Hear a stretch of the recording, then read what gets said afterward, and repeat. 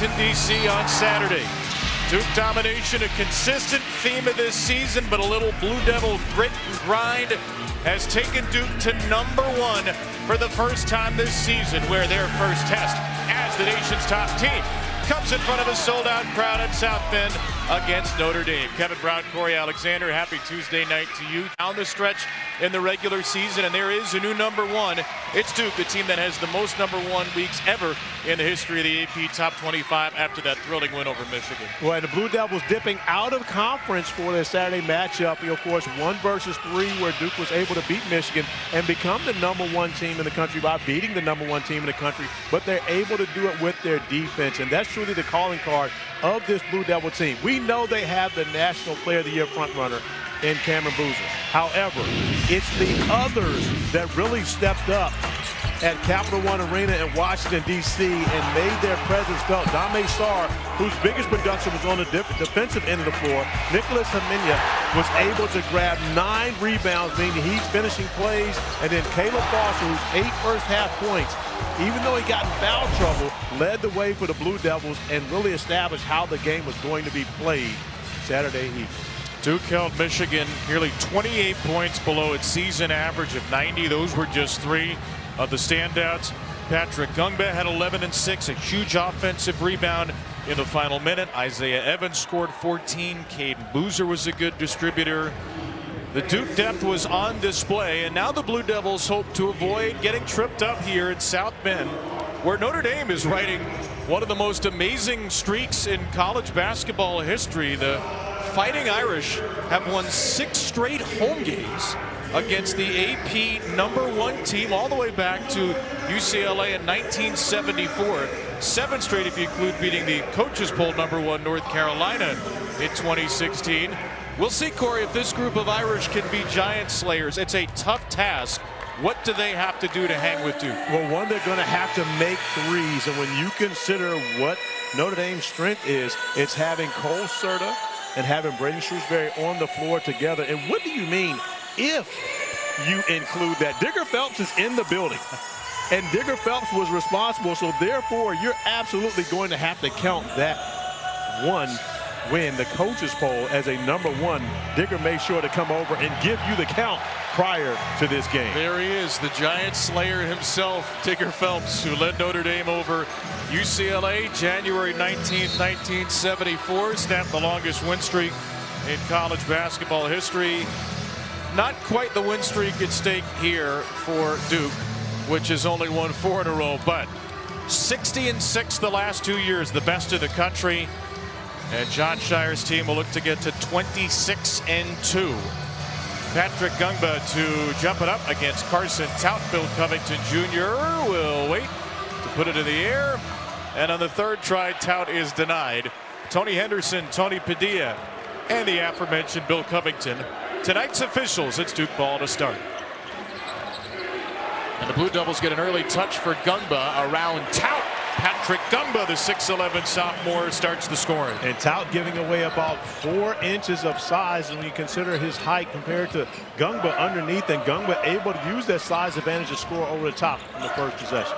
Notre Dame starting 5, Cole Serta, Braden Shrewsbury, the big shooters. Logan Imes runs the point with Brady Kaler and Carson Tout. Jalen Harrelson, leading scorer and assist man, out for a 3rd straight game with an ankle injury. Oh, that was very close. I believe Dame Sarr went back to his international experience on that one, taking that off the rim. As you see the Duke starting 5, Caleb Foster back at the point guard position. Serta had the shot attempt, and Duke is whistled for a turnover on its 2nd possession. Notre Dame just 3 and 11 in ACC play this year. At the moment, they're 16th in the 18-team league, and only the top 15 make the conference tournament. So they need at least win, if not 2 in their final 4 to make it to Charlotte.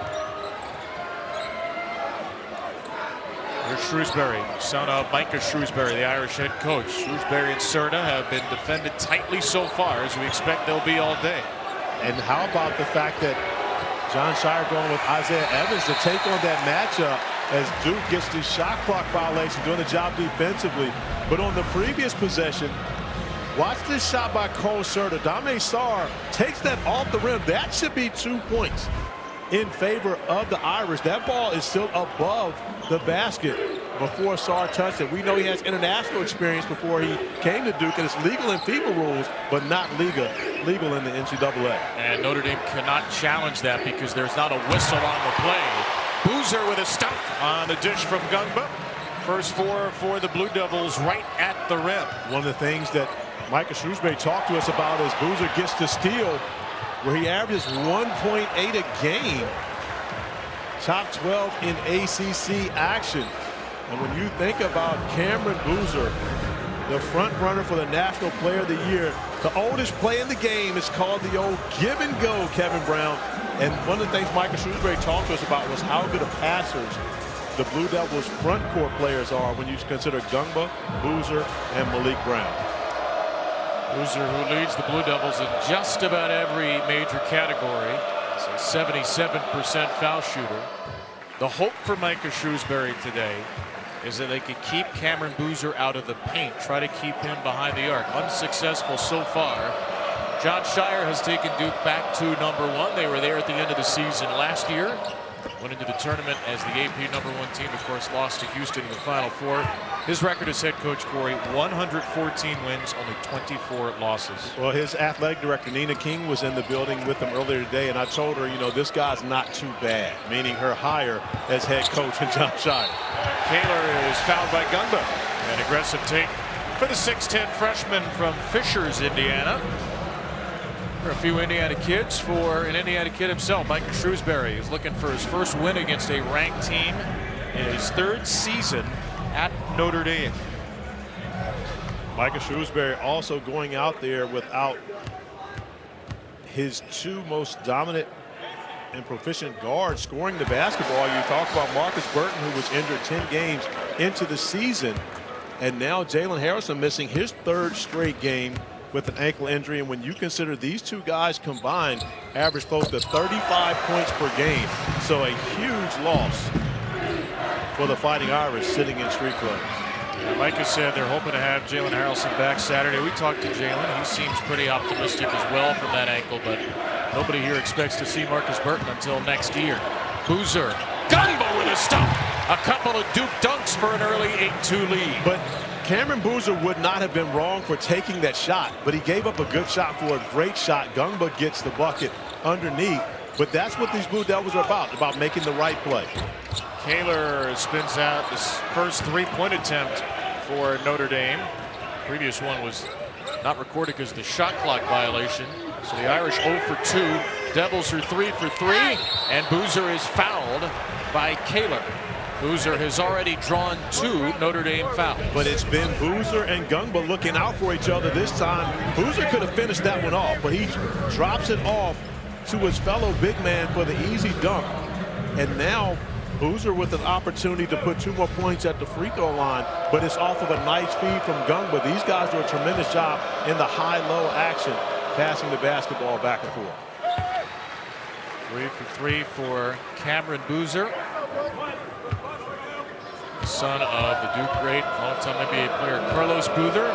Boozer, brother of Caden, who is a freshman guard, will come off the bench, we imagine, shortly. And he's 3 for 4 at the line to start. 9-2 Duke advantage. Playing as the #1 team for the first time this year. Evans has been guarding Serta. Caleb Foster on Braden Shrewsbury. The 2 great shooters for Notre Dame have gotten no clean looks. Here's Shrewsbury, try to get space on the tout screen, and Foster went over it. Kaler, deep shot clock. Tough 2 is good. Kaler's confidence is growing, and he continues to be a young man that can not only play off the bounce, but can shoot the 3 ball. And did Micah Shrewsbury get teed up? Tony Padilla blew the whistles right in front of him, and I believe so. It's a technical foul. Micah's laughing at the end of the Notre Dame bench. Well, Micah Shrewsbury's wondering why there was no call on the contact on the other end of the floor when Kaler attacked the basket.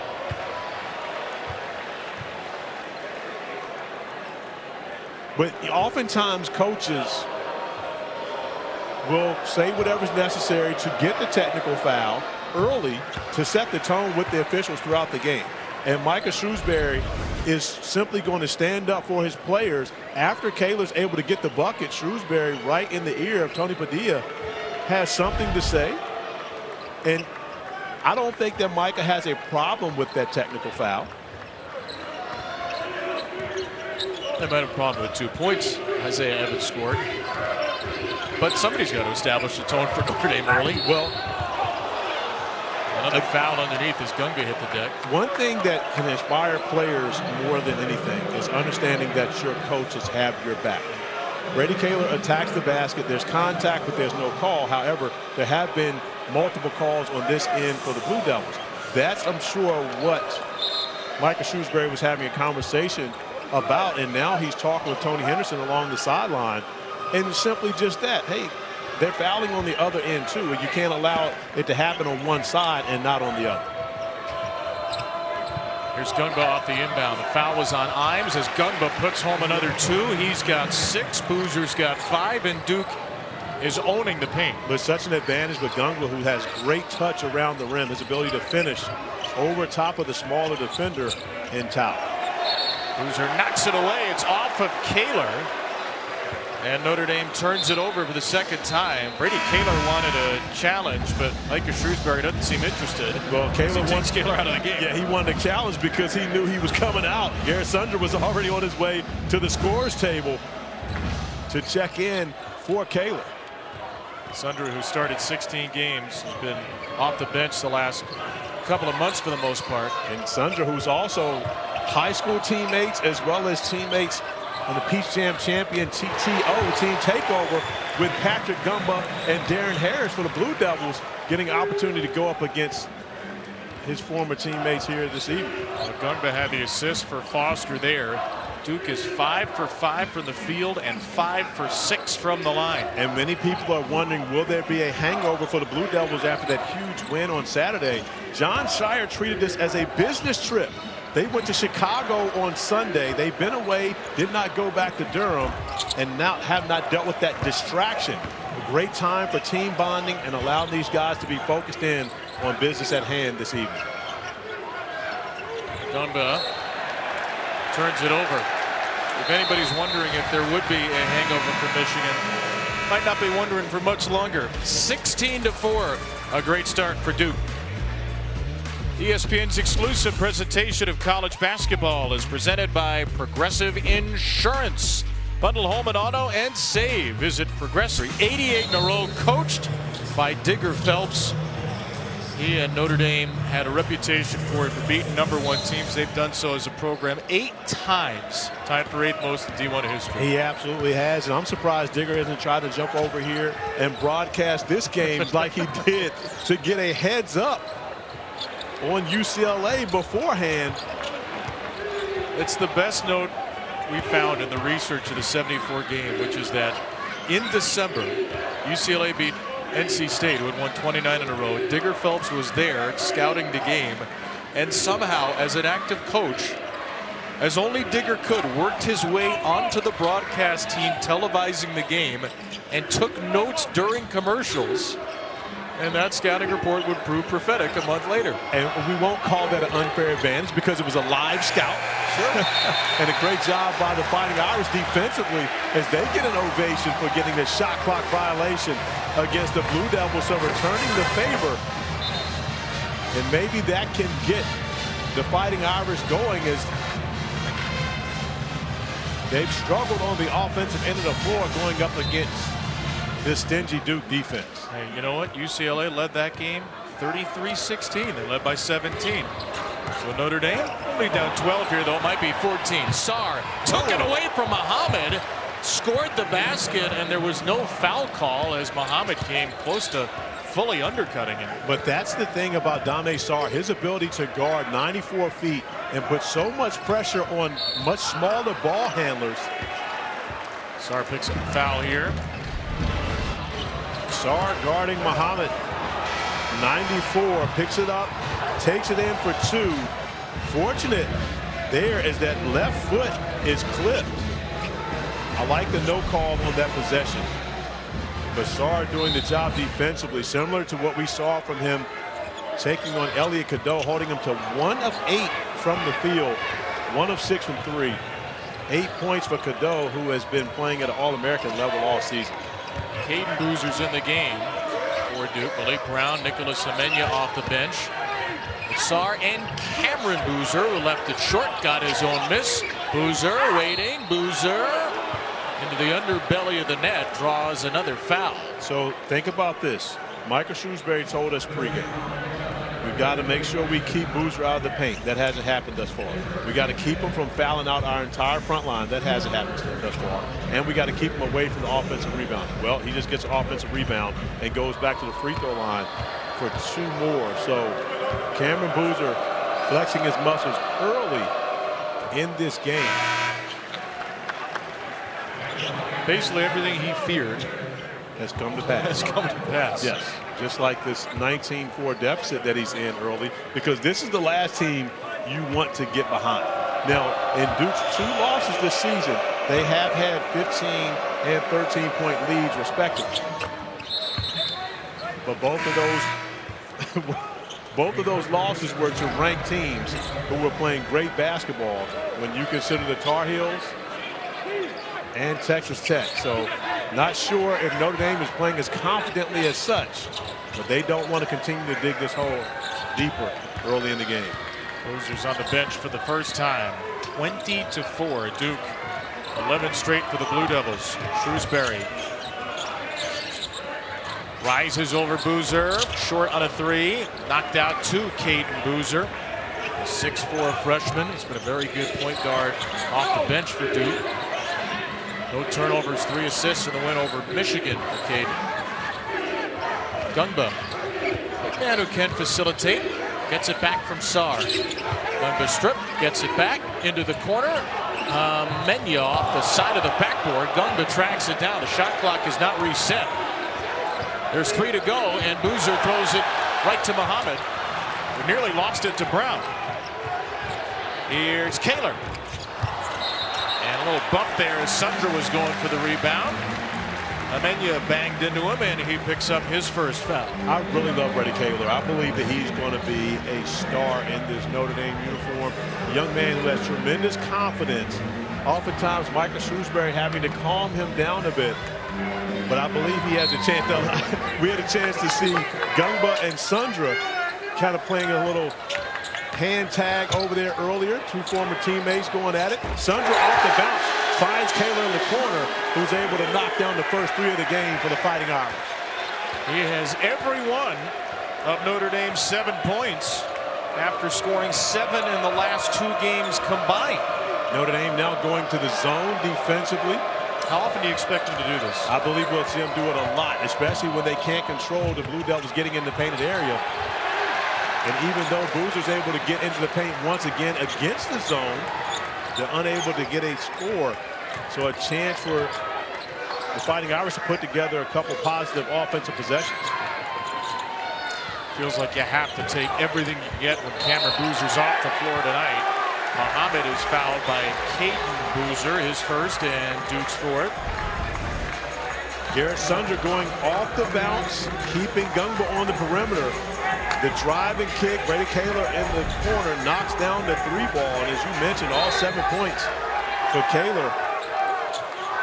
Good shooter, 39% from 3. Notre Dame has several good shooters. Sundra took a push from his buddy Gungba, and that's 2 fouls on Patrick Gungba in the first 8:02. So Sundra with free throws when we come back to South Bend.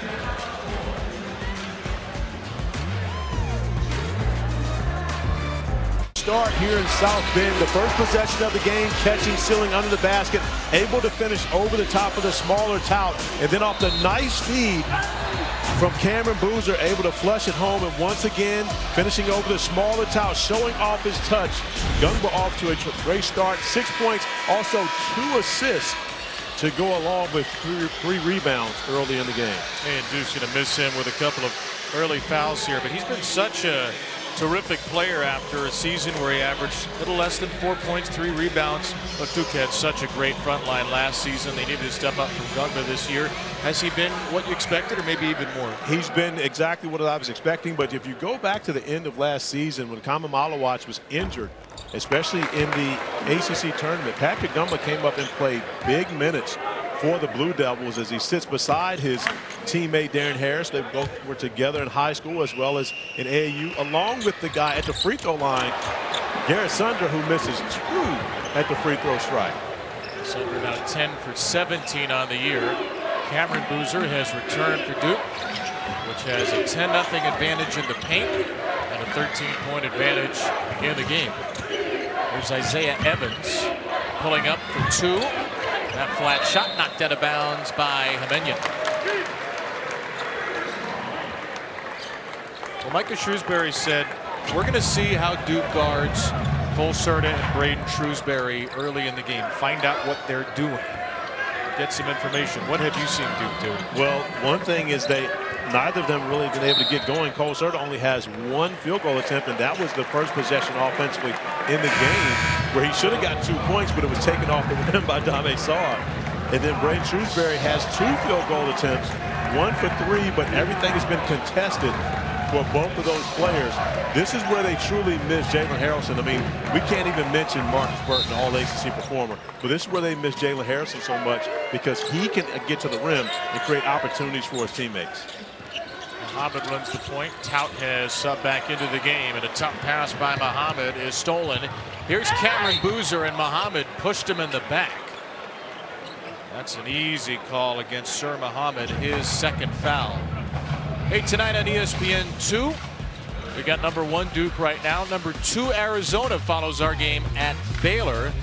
And the 19th ranked BYU, led by A.J. DeBonsa, hosts UCF. A UCF team that's pretty close to locking up a tournament bid. That's a doubleheader in the Big 12 on ESPN2 and on the ESPN app. All top 4 teams in the nation are playing tonight. I love how all you ESPN analysts talk about locking up a tournament. You're an ESPN analyst. What are you talking about? I'm the play-by-play guy. You talk about locking up a tournament I read bid. Joe McCarthy's daily emails. There are still 3 weeks remaining before the tournament selection. UCF has a very good resume. If they win at BYU, let's say they could lose out, and they'd probably still get a bid. I doubt it. Not if they lose out. UCF has good net, good lob, wins above bubble. Win at BYU would be a great quad 1 win. I agree. But losing out will not help them get in the tournament. I'd say it would help. Here's a bucket by Kaler. Of course it's Kaler. He has every one of Notre Dame's 9 points. And one of the things about Kaler, he is not scared. Fearless, attacking the basket, tremendous competitor, and continues to be confident. Amenya with a wide open 3. Just kidding. He stepped out of bounds. The most common turnover in the game of basketball. Players normally with big feet standing in the corner, but this is a guy with big feet standing in the corner that has great footwork and is able to attack off the bounce, beating Boozer off the dribble. 5 turnovers now for Duke, 5 apiece in the game. Shrewsbury runs into a 2. And Evans has the rebound. Shrewsbury still yet to score, and nobody scored besides Kaler for the Irish. Boozer, Evans, Hamenya was inbounds this time. In the corner, Caden Boozer. Beautiful ball movement. It felt like it deserved a basket, but Shrewsbury has it for the Irish. But without Gungba on the floor, it's been a little better for the Irish, finishing plays defensively. And Cole Serta, Braden Shrewsbury, both great shooters, continue to shoot these floaters. I'm not sure why. And speaking of great shooters, Isaiah Evans does it the right way from 3 and is able to knock it down to increase the lead to 16 for the Blue Devils.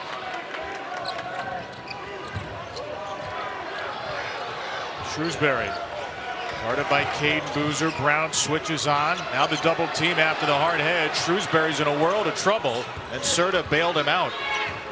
Brown comes again, and this time Brown is called for a foul. It's his 2nd and the 7th on Duke. Isaiah Evans wastes no time. Caden Boozer just drops it off from about 25 feet. Evans is able to show off his range, knocks down the 3-ball. But let me show this. No celebration from Slim.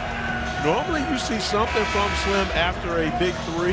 That time, business as usual. And this has been a business trip for the Blue Devils. They got the win in Washington, D.C. They make the trip to Chicago, work out in the Chicago Bulls practice facility on Sunday, practice at DePaul on Monday, and then make the trip down. Of course, I know the reality behind it. Jon Scheyer just wanted to go home. Spent a couple of days back at the crib. One of the real Chicago guys in our game, Jon Scheyer. Could you blame him, given the opportunity? Tremendous amount of Chicago flavor in the building this evening. Many of the Duke fans that I've talked to pregame coming from Chicago, coming from Milwaukee, all over the region to see the Blue Devils in their trip to South Bend. They actually played one of the most watched games on TV this year in Chicago when they went up against Arkansas. A 35-point performance for Cameron Boozer. Well, he's got 11 right now. He's the first player in double figures. In fact, he's got as many points as the entire Notre Dame team. And he's the first Blue Devil freshman to ever have multiple 35-point games in a season. And if he keeps up at this pace, he might get a third. Muhammad. Carson Tout, great rebounder, not a big scorer. Feeds Serta. That's a tough shot, contested well by Evans. Boozer 3. Bangs it home. Boozer with 14 in the opening, not even 11.5 minutes. Well, for the record, in case anyone was wondering, it was last year against Notre Dame that Cooper Flagg broke the freshman scoring record in the ACC. Now, the record has since been broken by Michael Brown at Louisville, who scored 45 against NC State earlier this year, as Cole Serta is able to knock down his first bucket of the game. So Serta, who had the free throws, has the first field goal for anybody other than Kaler. Kaler has 9, Serta has 5, and the lead is back to 16 for Duke. Evans with a 3. Got it! Evans got a screen from Hamenya and a feed from Boozer. Evans doesn't need much space at all, and I think people realize that he's 6'7", so his ability to raise up over top of defenders is elite. Duke is 4 for 6 from 3. Notre Dame 2 for 8. Serta against Cameron Boozer, great defender. Serta, Muhammad, back to Serta in the corner. That wouldn't go. Tout has the rebound, missed the dunk. After he might have aided and abetted Hamenya to the ground. Cameron Boozer has had 14 points, 5 rebounds, and 2 assists in every game this season. The only player this century to do so. Right now, he's already at 14, 5, and 1 assist. The streak continues. And time for tonight's Better Outcomes, brought to you by T. Rowe Price. Pretty darn good outcomes for Duke this season. 9-2 against ranked teams, winning at Michigan State, beating Michigan, Arkansas on a neutral floor, Kansas, Texas on a neutral floor, Florida at home. Cam Boozer against top 25 teams has just been crazy good. Right now, updating the numbers, CA, Boozer's got 14 points, 5 rebounds, 2 assists, so he's extended that streak. The entire Notre Dame team has combined for 14 points, 6 rebounds, and 2 assists. Yeah, I missed out on one of the assists earlier when I was talking about it going to break. But the fact that this has not happened, he's the first Division I player to do this century, I mean, is amazing. You're talking about a freshman that was absolutely prepared to play this game from day one. But the way that he goes about his business and continues to be not only coachable, but also learning from his teammates. Had a chance to talk with him and Malik Brown earlier today, and just how he listens to Malik Brown and how Malik has helped him become a better defender. That vision. He set up Foster, who missed, but Boozer's got the rebound. Evans can't connect on the 3. So Boozer with his 6th rebound and a couple of offensive boards. obviously a great basketball teacher, and his dad, Carlos, Cameron, and Caden just uniquely mature for freshmen, which, by the way, we've said about quite a few freshmen at Duke the last couple of years. I'm not sure why you guys continue to give Carlos all the love. CC is the teacher. CC gets a lot of love, too. Absolutely. CC doesn't get enough love. Imes picks up his second foul. Hey, women's basketball Thursday night. It's always a good one in the SEC. In Baton Rouge, Tennessee visits 6th-ranked LSU Thursday night, 6 Eastern, 5 Central on ESPN and the ESPN app. The SEC right now has the 3rd, 4th, 5th, 6th, and 7th-ranked teams in the country. The SEC women's basketball is an absolute gauntlet. And when you consider that all those teams that you're talking about, Tennessee isn't even ranked anymore. And it's all because they keep beating up on each other. But when the 16 reveal comes out, it's probably going to be, 8 SEC teams in the top 16 in the NCAA reveal. We've said this before. The SEC women's basketball this year, it's pretty much what SEC men's basketball was last year. Very, very true. 35-14, the Duke lead, #1 team in the country here in the men's game. There's Logan Imes. Gungba's back on the floor with those 2 fouls. Shrewsbury just hasn't had an open look from 3 all game. Gets a screen from Tout, feeds Tout, knocked away by Darren Harris, but there is a foul against Harris, who had just checked in for the first time. But here comes the problem. Okay, that foul sends Tout to the free throw line for a 1-and-1, where he is shooting 26% in ACC play. And for those of you who have not watched Notre Dame, chime in to this free throw technique. Oh, but he missed. He was trying to hit the backboard. That's what it's been all season long. He's going off the glass. I've actually had people in the arena say at some point Carson Tout has to start going underhand, which back in the day we used to call granny style. Yes, the Rick Barry. Nobody does it. Somebody should pick it back up. There are not enough great free throw shooters in America. Somebody should just do it. It worked for Rick Barry. It could work again. Patrick Gungba, and that's what Tout does really well. He's the leading active rebounder in the country, over 1,330 career. Nice job defensively by Frost right there, bodying up with Gungba. Logan Imes traveled. He thought he didn't have possession, but Imes will be called for Notre Dame's 6th turnover. Arguing there was a bobble in there. Tony Henderson disagreed. Well, Michael Shrewsbury felt like Imes was smacked across the arm and the call wasn't made. He made that gesture as soon as the whistle was blown. Notre Dame with 6 turnovers and only 4 made field goals. In the zone defensively once again for the Fighting Irish. Sarr just slashes through it. He took some big steps. Not a hard call there for Bill Covington and company.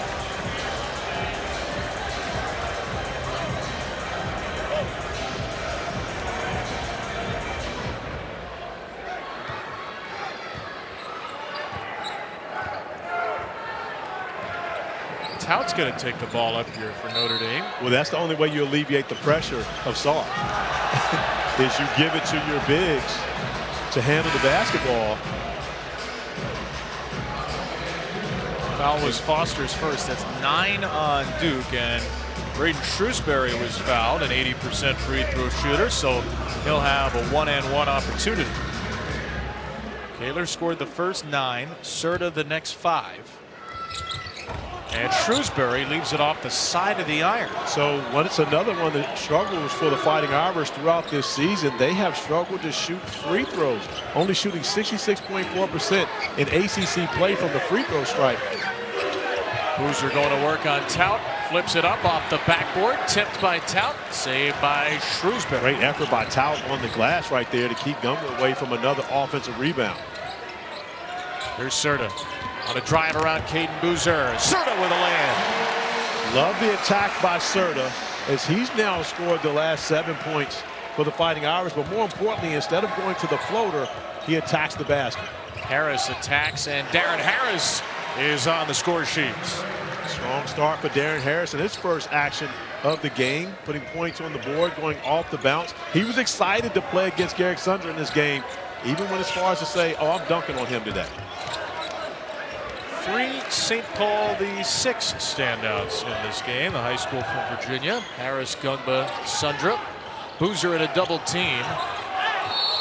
Flips it up right through the contact of Frost and Tout. More free throws coming for Cameron Boozer. He'll have taken 10 free throws by the time we come back with Duke rolling. Virginia, plus one of the hottest teams in college basketball. Cincinnati's in action right now.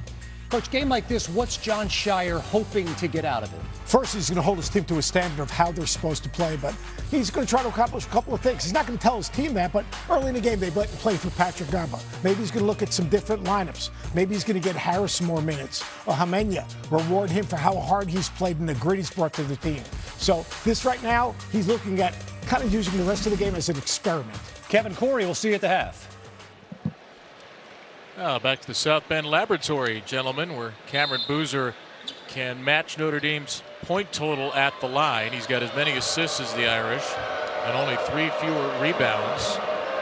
7 for 8 from the free throw line for Boozer, whose season high free throw makes is 9. He's done that twice. Season high in free throw attempts. That was their opener, the Dick Vitale Invitational. 12 free throws against Texas. And Boozer is 9 for 10.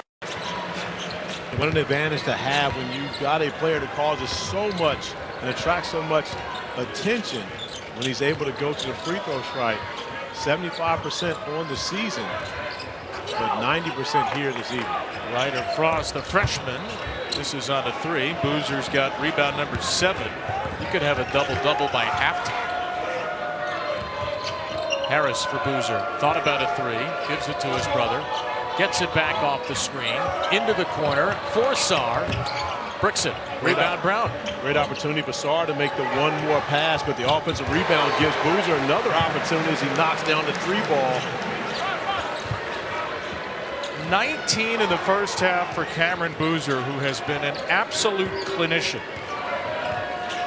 It feels like he's playing the game at both twice the speed and half the speed of his opponents. I would go with half the speed. He's not being sped up. He's getting exactly what he wants and doing it on both ends of the floor. I think the most undervalued part of Cameron Boozer's game is what he does defensively. And he's one of the main reasons why the Blue Devils are such a good defensive team. As a team, you're only as good as your bigs are defensively. You can have great guards pressuring the basketball, but if your bigs don't back them up and can't complement that, it's going to be a struggle. The Blue Devils have great big defenders in Malik Brown, Cameron Boozer, and Patrick Gumba that allow them to be a great defensive team. I mean, they are moving the ball before it's barely in their fingers. Another offensive rebound for Cameron. Evans. Offensive rebound, Darren Harris, who goes up and gets fouled. And to Coach Greenberg's point, this is a game where John Shire can try to establish something with Darren Harris. Darren didn't play in the game against Michigan. He's played in all but 2 games this season. And now making a layup early, getting to the free throw line, these are the type of things that can establish some confidence with Darren Harris so that in those tight games, John Shire feels as though he can rely on it. Yeah, the rotation is 8+ for Duke. Harris has played every game except for North Carolina and Michigan. Just 9.6 minutes a game. But you mentioned with Gungba last year, he was kind of a bit part of the rotation, and then late injuries he had to play more. You never know if Darren Harris might be thrust into more action, and it's pretty good when your 9th guy was the Gatorade Player of the Year in the state of Virginia just 2 years ago. Yes, especially when you consider the talent that was in the state of Virginia at the time. A couple of them are here. Shrewsbury, no. And Boozer's got rebound number 9. The Devils are shooting 48% from the field, 15 of 16 at the line, and Cameron Boozer is going to go right back there. He is picking up a foul on everybody in a Notre Dame jersey. And that was the fear of Micah Shrewsbury. We cannot let Cameron Boozer foul out our entire front line.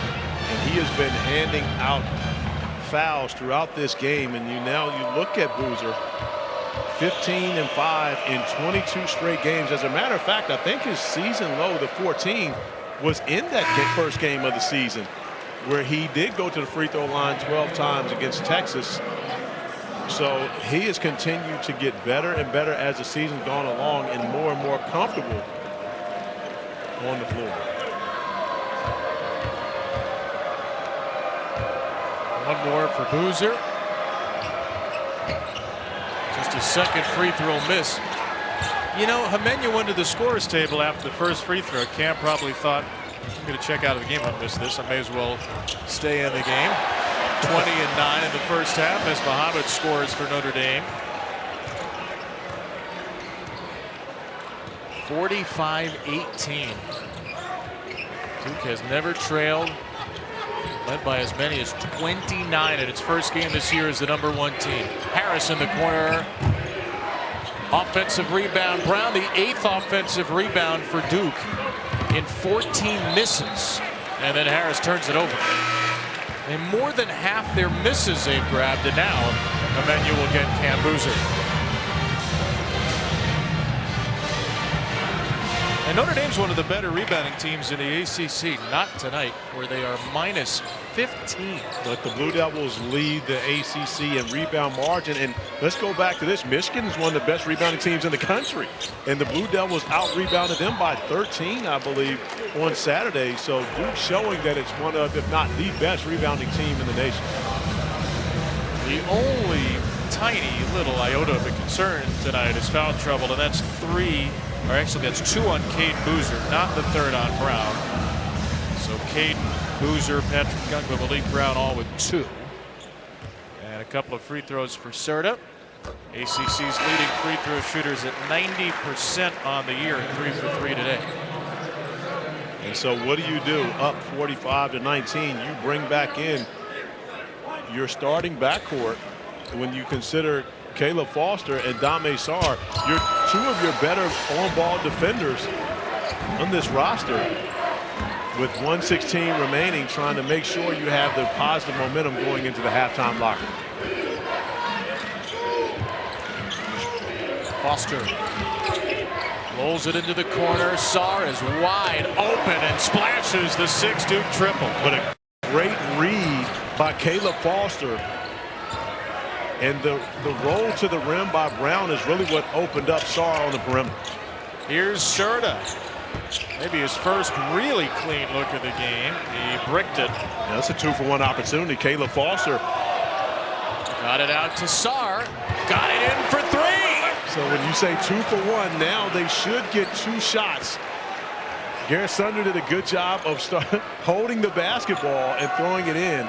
So most likely Duke doesn't get another quality possession, but still should get the ball back with a little time, depending upon how quickly the Fighting Irish go. Both teams amazingly still have their full complement of timeouts. Amazingly on Notre Dame's end. Muhammad will try to bleed the clock and set up a shot. We'll get a foul. That's on Isaiah Evans. It's his first.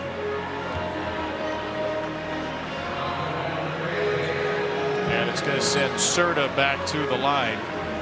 Now how about this?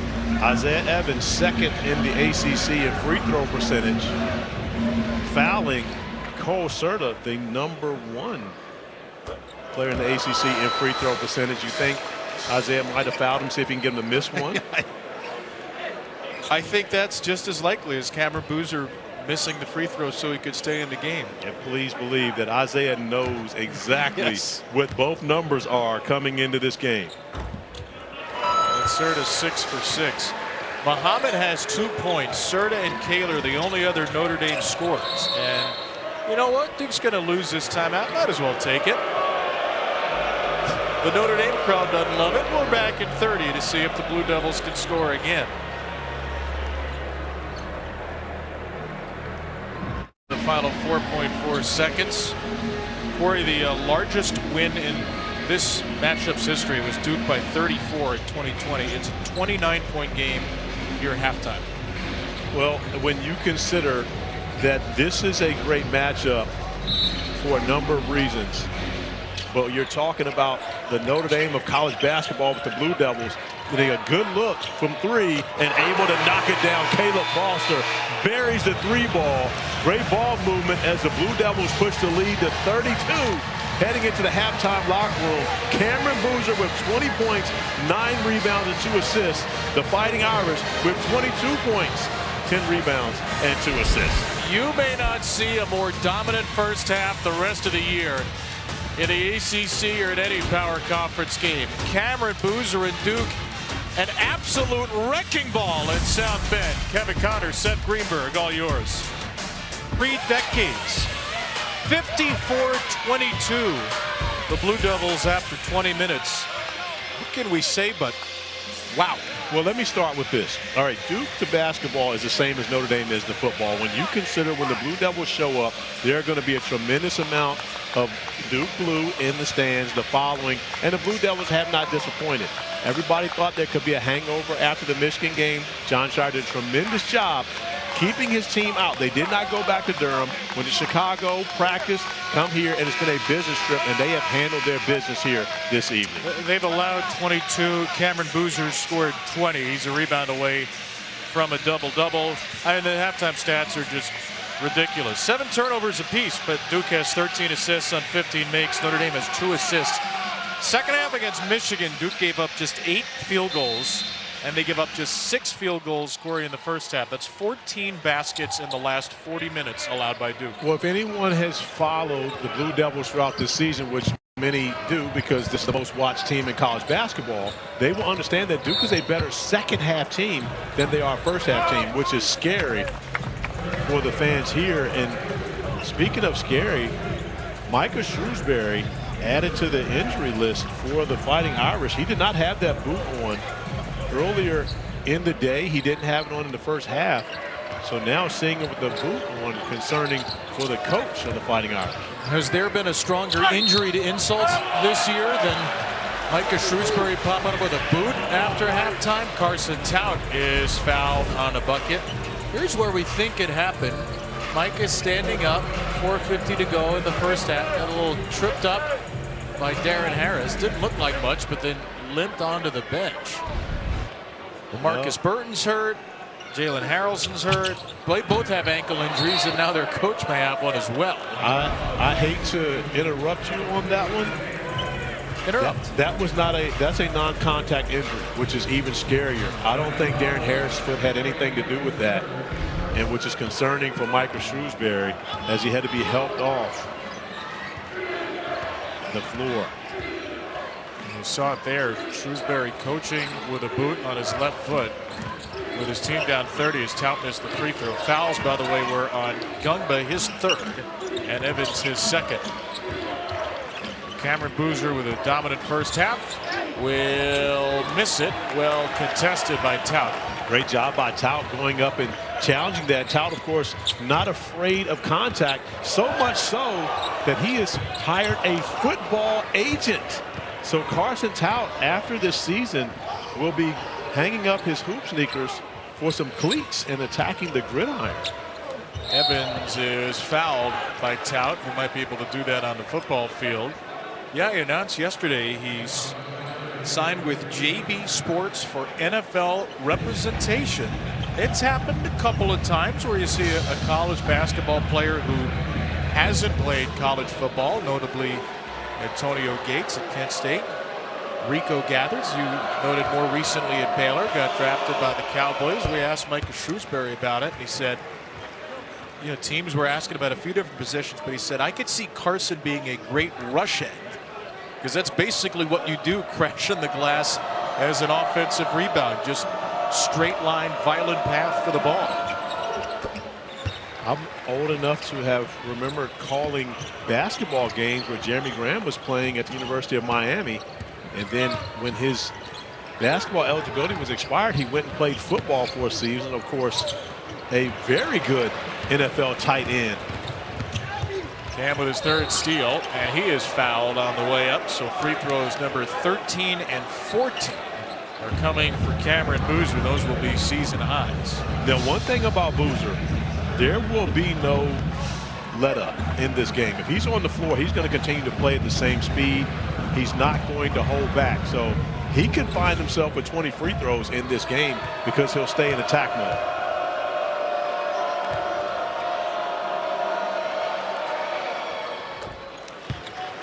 Here's the third steal to go at 20 and 10. And just great anticipation, getting out, tipping the basketball to himself. But the ball handling ability to get out in transition and with continuous motion, which has been added this year in NCAA basketball, he gets 2 free throws. Last year, that would have been taken out on the side. What do you think, Corey, his NBA profile looks like? It's going to look just like it will in college. He's going to do the exact same thing for 15 years in the NBA that he's doing now.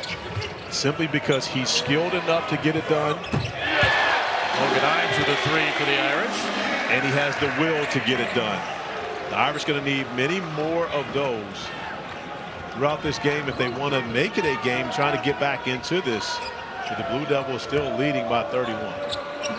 Boozer sets up Saro at 8 in the first half. Pocket pass Gungba. Evans from Foster will drive it. Gets cut off. Back for Dame Sung. In the corner, Evans is short. Rebounded by Braden Shrewsbury. Still yet to score. Notre Dame's second leading scorer. Now with Jalen Harrelson injured, the leading scorer on the active roster today. Serta had a first half 11. And Tout got entangled with Gungba.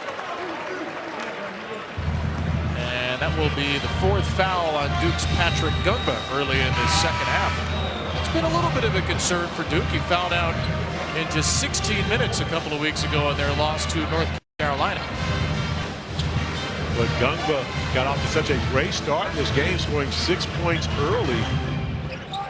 And that's one of the things that Jon Scheyer is most likely having a conversation with him about, is having to understand when you give up that foul and when you allow the play to just happen so that you don't hurt your team by going to the bench. It doesn't hurt them much in this game, but as you mentioned, it did against the Tar Heels. Another great find. Another great find. Sarr in and out for 3. Duke's ball movement has been about as crisp as you've ever hoped for tonight. But look at that. Malik Brown hedging at half court as Carson Tout is favoring his left leg. But the defensive effort for the Blue Devils just absolutely does not stop. A ball screen at half court and Malik Brown jumping out. And it really wasn't much of the contact on Malik Brown. It was more of Logan Imes extending the arm on that one. I don't believe Jon Scheyer will complain about it with a 31-point lead. You noted that Tout was favored his left leg. He walked off the floor. Garrett Sundra replaces him. Imes turns it over. Ping pongs out to Sarr on the break. 1 on 3 on the kick. Foster. No. Boozer. Yes. Just stole it from Shrewsbury. Well, Shrewsbury's not going to have much of a chance, and a good athlete, but going up against 6'9", 250 pounds, Boozer's strength allows him to move Shrewsbury right out of the way without using his hands. 12 rebounds, 24 points for Cam Boozer, the National Player of the Year to be. Here's Serta. There are blue jerseys everywhere as Imes misses a 3. And Boozer's got rebound number 13. How do you say that with such certainty? National Player of the Year to be? Yes. You looked at his stats? I have.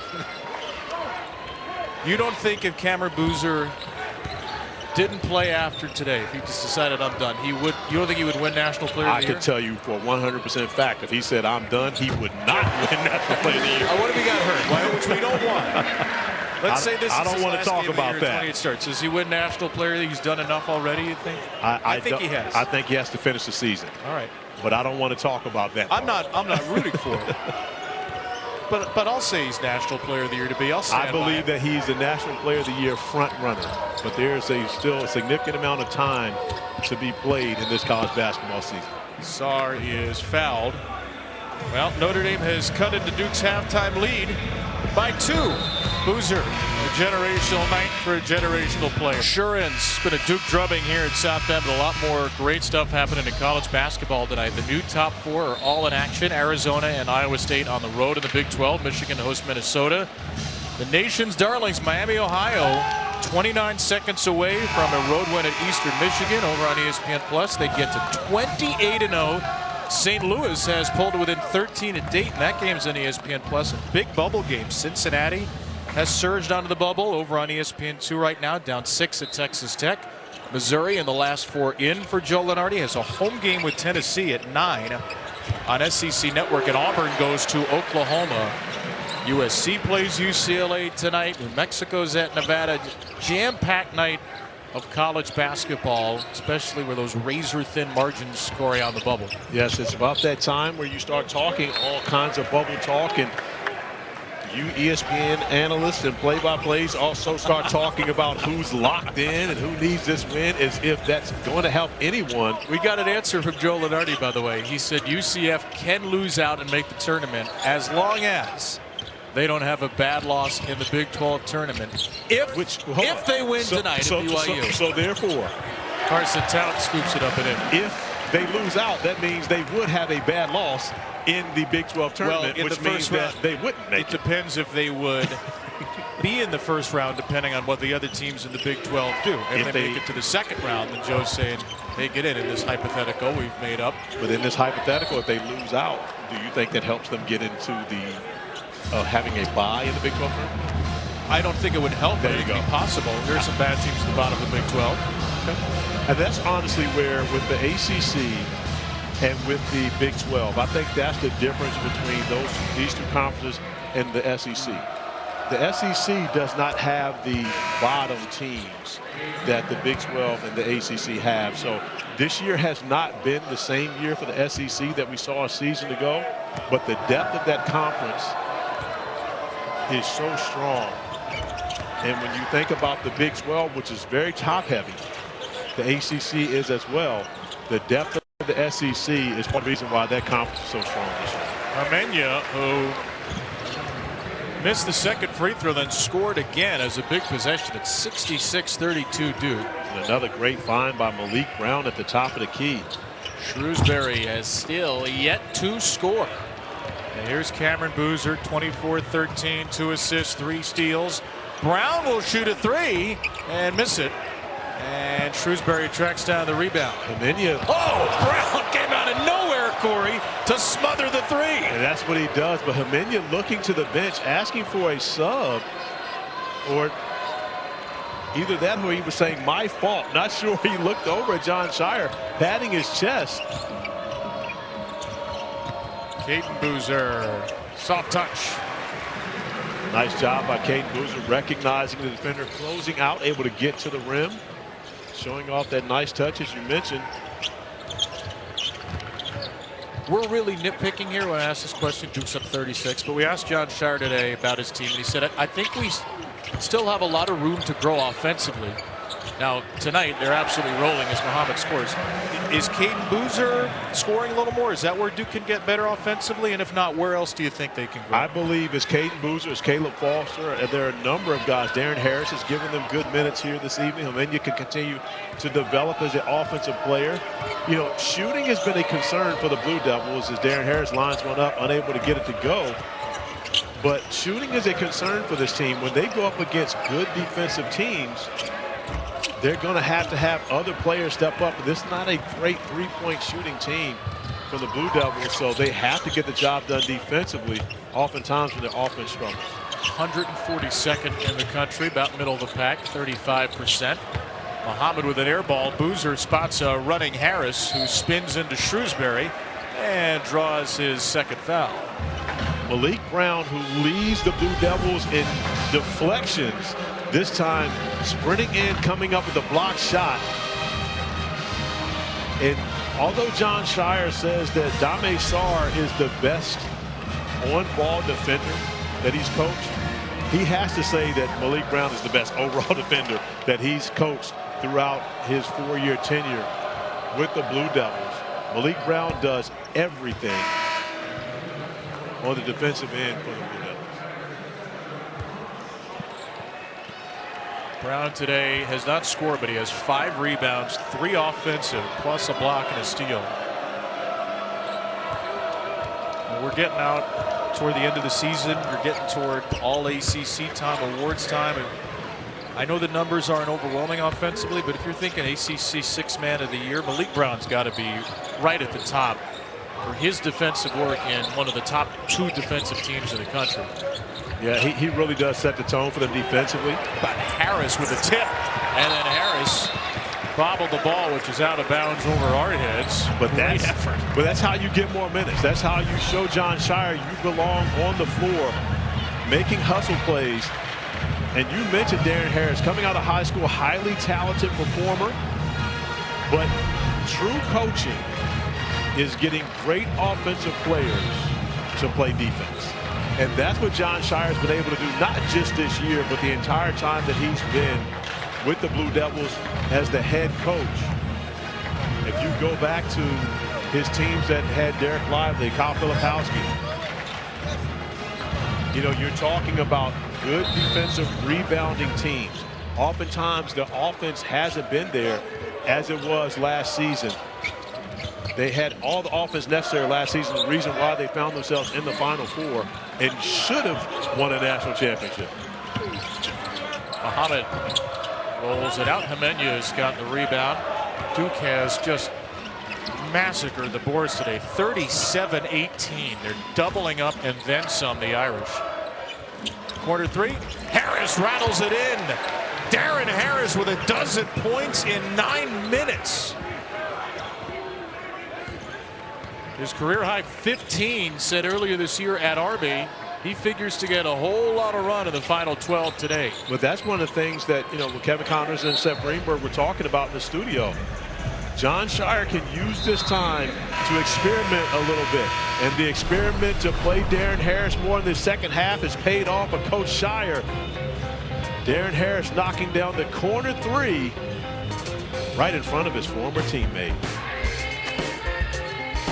Scheyer's taking Duke back to #1 at 25-2, and look at what he's done since taking over for Mike Krzyzewski. Since Jon Scheyer's first season, only Kelvin Sampson and Dan Hurley have more wins in Division I men's college basketball. An elite company that you find Jon Scheyer in, and you really have to compliment not just Coach Scheyer, but also Coach Krzyzewski, Nina King, the athletic director for Duke, who's in the building today, but the way that they went about the transition, where John was the coach in waiting for a full year, was able to recruit the players to have the next season, and how things were able to easily, well, we call it easy, it looked easy from the outside if you get a chance to see Nina King, but the transition was so smooth in comparison to where we've seen other places where you have the guy that has to follow the guy. And whether that's Hubert Davis at North Carolina having to follow Roy Williams, whether that's Adrian Autry having to follow Jim Boeheim, you know, multiple times, Michael Shrewsbury having to follow Mike Gray. Sure. You know, I mean, the all-time wins leader as a coach here at Notre Dame, as Caleb Foster throws in another 3. And we talked about shooting being an issue for the Blue Devils. Darren Harris, Caleb Foster, a number of guys have started to get some quality looks and knocking them down, building more confidence as the season goes along. They're 11 of 26 from 3. Cole Serta's miss means Notre Dame is 4 for 19. Figured if Notre Dame had any shot, those numbers would have to be reversed. Boozer inside for 2. Caden Boozer with 2 buckets. Remember when Mike Krzyzewski announced he was retiring and spent the full season? Because it's Duke. Everything Duke does either celebrated or criticized, right? There's not much middle ground. A lot of folks criticized and said, oh, you're taking this season-long retirement tour, et cetera, et cetera. He said, I wanted to provide clarity to the players. No, Jon Scheyer was going to be the next guy. Was heavily involved in recruiting. It pretty clearly worked. Everything you laid out worked with Nina King, Mike Krzyzewski to Jon Scheyer. And just because Duke has this history didn't mean it had to go this well when Jon Scheyer took over. It did not, and the only thing that I didn't like about that is Coach K doesn't have to explain himself to anybody. When you've got 1,200 wins, you can do whatever you want to do in the fashion that you want. You deserve that, and I believe they pulled it off perfectly. Part of the reason why Jon Scheyer's been able to be so successful in his first 4 seasons as a head coach. Sir Muhammad with a 3 for Notre Dame. 78-39.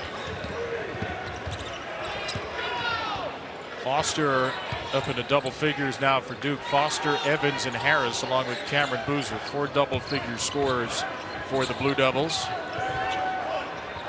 Gungba, that was kicked by Muhammad. What is John Shire trying to get out of the final 10-18 of this game, besides no injuries? Well, when you look at this roster, there aren't many players that you can put in for what is often looked at as garbage minutes. So you'll get more opportunities for Caleb Foster to be aggressive on the offensive end as he attacks the basket and is able to finish. You'll get more time for Darren Harris, Dame Sarr to get looks. Sarr's knocked down 2 threes in this game. So there's nothing that you can replace real game action with. And so John Shire will use this game action to work on some things that he feels can help his team moving forward this season. Times for Notre Dame, which in its last home game last week scored 89 at a 15-point win over Georgia Tech. Serta no good from 3. Obviously, they've gone from Georgia Tech at the very bottom of the league to Duke at the top.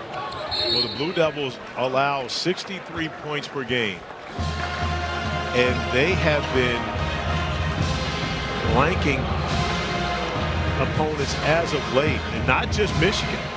But if you go back and look at what they've been doing over their last 5 to 6 games since the loss to North Carolina, they have absolutely gotten after defensively. 3rd in D1 in opponents' points per game, top 10 in opponents' field goal percentage, and 2nd in defensive efficiency. Now let me ask you this. Yes. Do you know who scored the most points against the Blue Devils this season? I had to snatch your game notes away as you were looking for it. I was looking at it for a different thing. What just popped up on the bug was they've held 23 of 27 teams below their scoring average. My guess would be Florida State. Oh, you already knew it. I did not look at that. Yeah, Florida 87 State. for Florida State? The 87 for Florida State. Now, I believe Tennessee did score 89 in the exhibition game. But other than that, the Blue Devils have absolutely been lights out on the defensive end, and now they're playing some zones. So these are the part of things, the experiments that Coach Shire can do. Duke with a 3-2 zone that morphs into a man-to-man on that possession. It leads to a foul line extended jumper for Kaler. Muhammad, often that can happen against the zone. You're more susceptible to rebounds. If it was a zone, it really could have been man-to-man with them just heavily in the gaps on that possession. Let's try boxing one out, just throw some stuff out there. Again, who's the one? I don't know. That's the point. Nice foul. Gungba almost had Sarr. You ever heard of a diamond in one defense? Yes, I've definitely heard of a diamond in one. Oh, really? Yes. Oh, I thought I invented that. No, you did not. Media Cup 2011. WARFM shut down Tony Olivero in a 19-point win over the Daily Orange. Gungba is fouled by Muhammad, and he'll go to the line for a 1-and-1.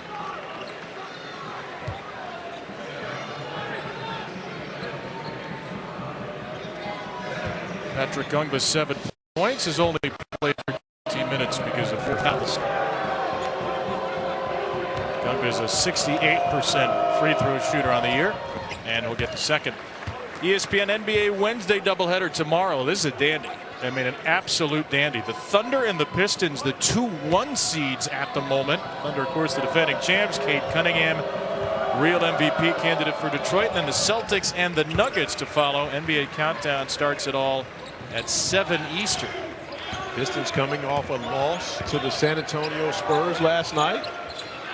Cade Cunningham 5 of 26 from the field, and the Spurs a true contender. The Spurs with 5 wins against the top 2 teams, as you mentioned right now, the #1 seeds in the NBA. 4 wins against OKC and 1 against Detroit last night, as Michael Shrewsbury, a former assistant coach for the Boston Celtics. I wonder if one of his proteges in Boston is watching the game. I imagine he is. Jason Tatum, who is the chief basketball officer at Duke, as Patrick Gungba slams home another 2, gets into double figures, the 5th Blue Devil to do so. Yes, this is a zone. Okay, my eyes were not deceiving me. The 3 across the front. John Shire experimenting with some zone in this game, but it's been the Fighting Irish having success against it. Offensive rebound put back on the first possession, and then the jump hook in the middle. So I'm sure that this zone will need a little more work for Coach Shire. Coach's dream. You win big and you have some stuff to work on. Hamenya, Gungba, double team, and Gungba travel. What a performance by Duke. No mercy in this second half. And Duke continuing to attack the paint. The nice find.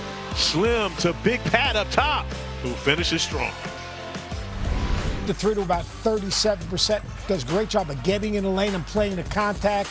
This Arizona team played at a high level despite playing without Koa Pete. Currently projected as a 1 seed in the West, according to Joe Lenardi. Kev, it is a big game for Baylor. Yeah, it sure feels like, Kev, a game Baylor needs as they are hovering just off the bubble. Here are the 1 and the 2 seeds. Duke has taken over the overall number 1. And Joe Lenardi's projected bracket from Michigan. UConn slid back up to the 1 after Iowa State lost to BYU, though UConn lost to Creighton last week. Big game tomorrow. UConn hosting St. John's for first place in the Big East. St. John's longest win streak since 1985. The real glory days of Red Storm basketball. Absolutely. Mark Jackson, Chris Mullen.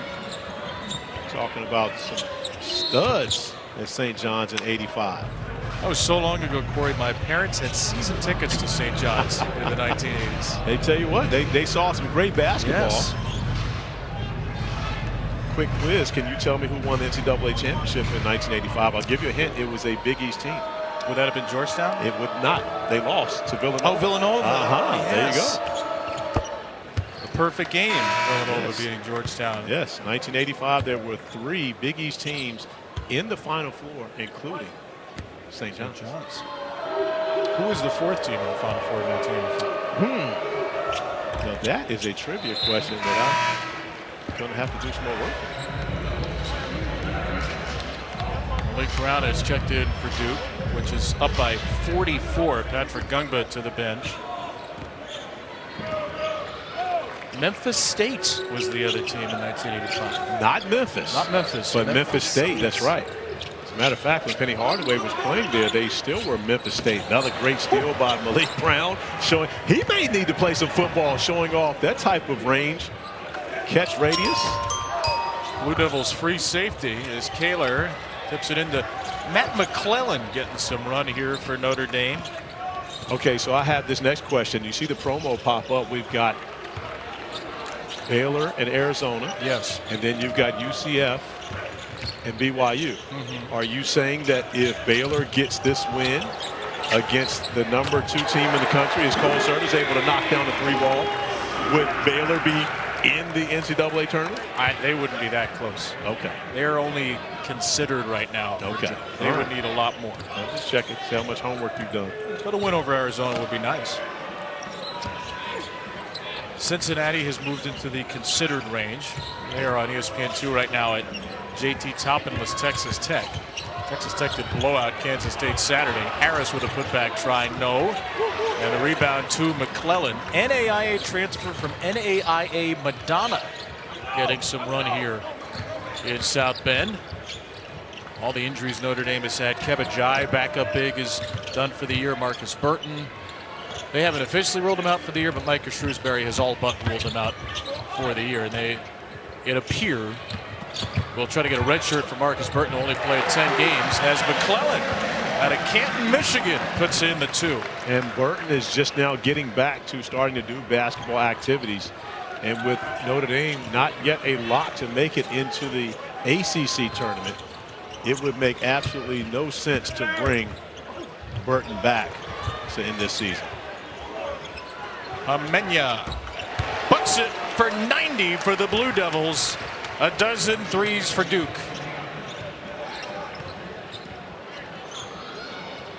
What a thorough thumping this has been.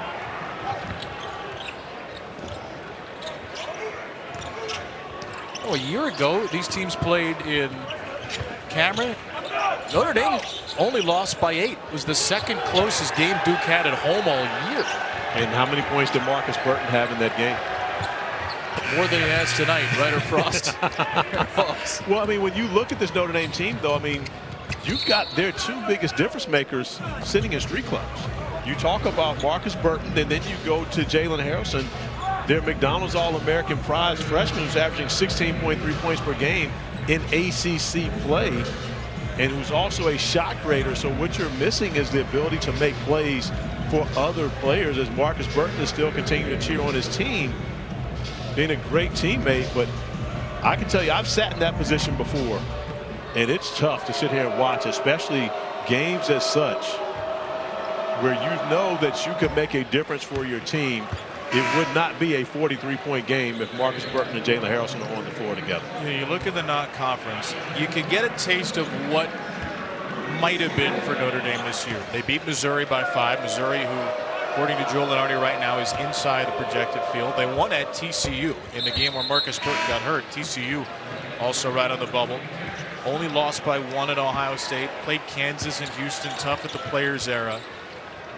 This was a team that, going into late December, reasonably looked like a much improved team. Well, maybe a team that could contend for the bubble. Burton gets hurt against TCU, that broken left ankle December 5th. And it's pretty much all spiraled from there. They're 5-12 without him, the first team All-ACC player. Here's Harris soaring in for 2. But how about Jack Scott with the steal and the assist, getting his first action in quite some time. Jack Scott, Cameron Sheffield have come in off the deep bench for Duke. Brody Stevens is in for Notre Dame as well, as McClellan's got another bucket. It's pretty cool. A kid who had played at Madonna University. You know where Madonna University is? I have zero clue. Livonia, Michigan. 14.5 points per game last year. He visited Notre Dame when he was 8. He's got Irish citizenship, and he's playing Notre Dame basketball. Cool story for him, but the night has belonged to Duke. ESPN's exclusive presentation of college basketball, presented by Progressive Insurance. Bundle home and auto and save. Visit progressive.com. It looks like, Kev, Notre Dame down 44 at home. This is on track, not that Micah Shrewsbury wants to see this, to be Notre Dame's largest home loss since the 4th game in Notre Dame men's basketball history against the Chicago 1st Regiment. 64-8 was the final score. Why are you getting so excited? 29, 1898. Why are you getting so excited? Who is the Chicago 1st Regiment? Apparently they had some hoopers on their squad. And what was their net ranking? Aspiring minds want to know. Well, I can tell you that this most likely will be the largest loss in this building, which opened in 1968, because the largest loss to date is 39 points to a 5th-ranked Kentucky team on February the 12th, 1995. And so right now, down 46, the Blue Devils may end up walking away with not the largest home loss in Notre Dame history, but the largest loss in the Purcell Pavilion. Kaler with a 3. No good. I tell you what, the members of Chicago 1st Regiment are rolling over in their graves right now. They're in a little trouble here. Scott Katenboozer. What do you think the mascot was of Chicago 1st Regiment? I'm not getting into that with you. Notre Dame that season went 1-2.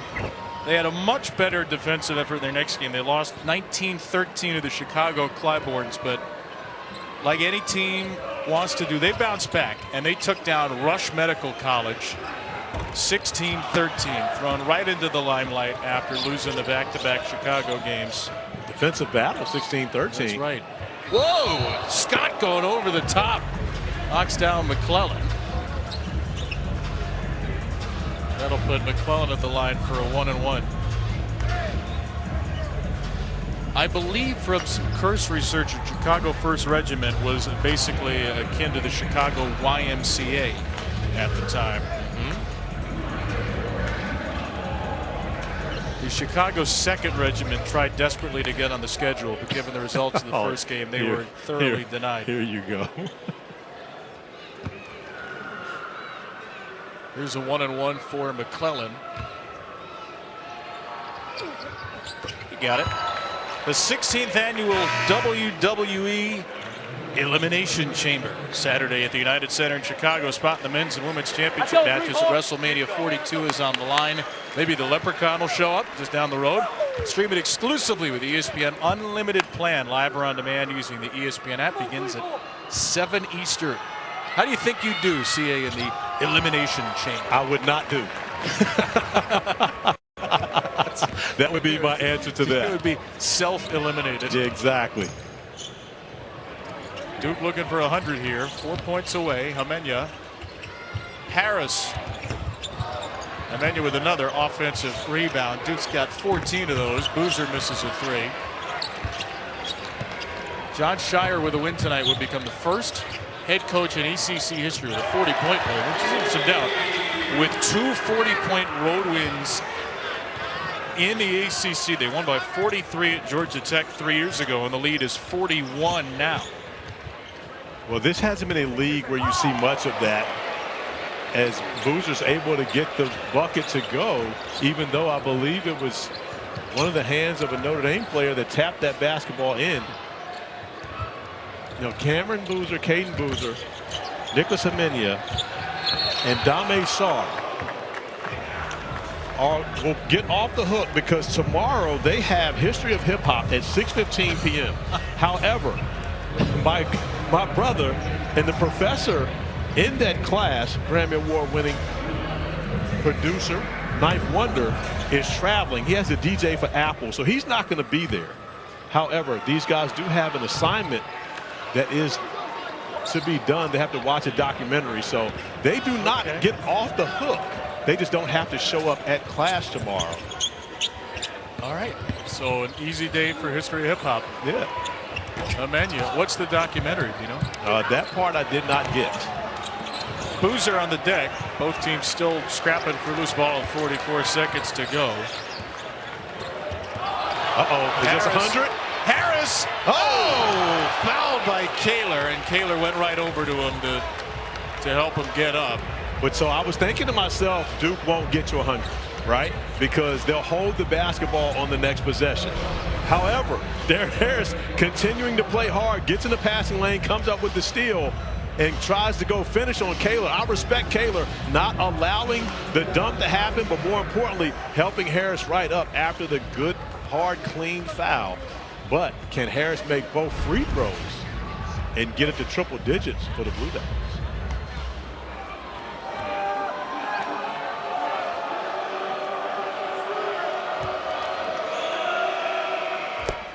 Five for 5 at the line tonight. They're at 99. Coming up next, the SoFi Center in Jupiter, Florida. Our second TGL matchup of the night. Boston and New York, the Golf League. Last time Duke got 100 in regulation in an ACC road game, 1999 at Virginia. Coach K's only 40-point ACC road win. And they hit 100 tonight. 54 in the first half, 46 in the second. Stevens, son of Brad Stevens, takes a spill. Scott fouled him. Well, being that we have time, I can tell you that the documentary is the Hip Hop Evolution, episode 1. So they only have episode 1. They can watch that on the flight home. They may be able to watch that on the flight home and take care of business at the end of this business trip. Harris a little bloodied here. Yeah, well, that's, again, we saw him shaking up the arm and the elbow once he got up after the foul. You take history of hip hop or an equivalent class at UVA? Did they teach that on grounds? No, they didn't have it on grounds at the time. I was taught by civil rights activist and leader Julian Bond, though. My favorite professor the entire time I was at the university.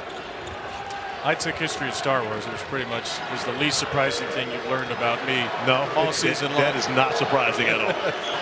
So the shot clock is turned off. Corey, again, no hangover for Duke, no letdown whatsoever. If you had any questions about the character of this Duke team, and I'm not sure anybody did, they would have been answered tonight. 100-56, Duke demolition. Best move, in my opinion, not going back to Durham. Keeping it business, not allowing the team to get back and hear the praises, bringing them to Chicago, bringing them to South Bend, and handling business out on the road. Duke hands Notre Dame its worst home loss since the 19th century. 100-56. The Blue Devils and Boozer bruise the Irish. Let's send you to Jupiter, Florida for TGL.